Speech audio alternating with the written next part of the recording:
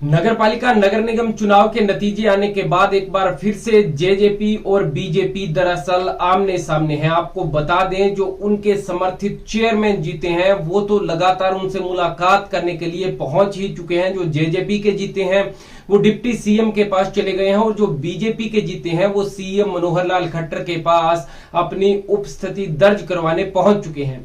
लेकिन जो निर्दलीय चुनाव जीत करके पहुंचे हैं उसको लेकर के अब जेजेपी और बीजेपी कहीं ना कहीं आमने सामने फिर से होती हुई दिखाई दे रही है।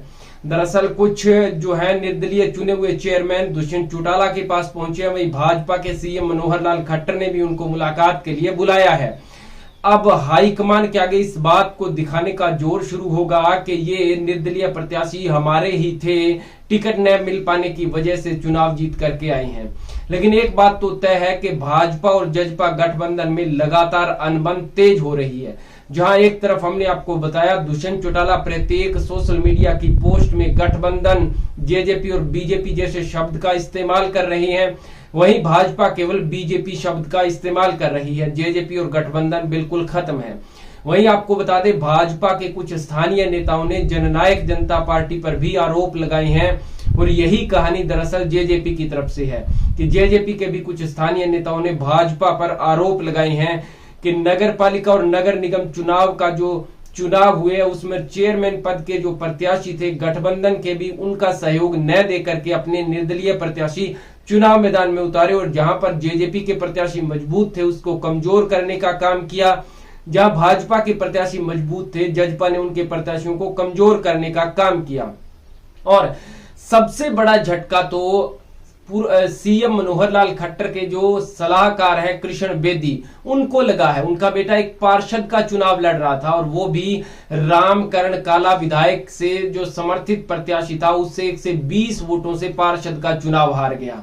यानी कि एक बड़े मंत्री जो पूर्व में थे और बड़े नेता का बेटा इस तरह से पार्षद का चुनाव भी नहीं जीत पाता, तो कहीं ना कहीं भित्तरघात की जो आहट है वो सुनाई दे रही है। और भित्तरघात की आहट इस वजह से सुनाई दे रही है कि लगातार चुनाव से पूर्व भी जजपा और बीजेपी के समर्थकों में कई जगह झड़पें भी हुई और बड़े नेता भी आमने सामने चुनाव प्रचार करने के लिए पहुंचे थे।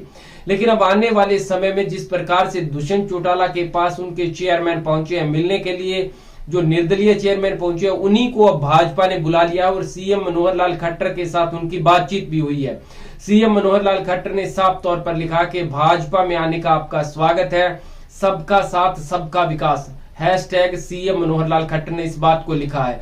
यानी अब आने वाले समय में कहीं ना कहीं जजपा और भाजपा के बीच जो दरार की खबरें लगातार निकल करके सामने आ रही थी उस पर चूंकि हाई कमान के हस्तक्षेप के बाद वो समाप्त हो जाती है, लेकिन समय समय पर गठबंधन के बीच दरार का जो जिन्न है वो लगातार उत्पन्न होता रहता है। क्या इस वजह से गठबंधन अपने 5 साल पूरे कर पाएगा या फिर प्रदेश में किसी चुनाव की आहट सुनाई दे रही है, यह तो वक्त बताएगा। लेकिन जेजेपी की तरफ से हर बात को गंभीरता से लिया जाता है।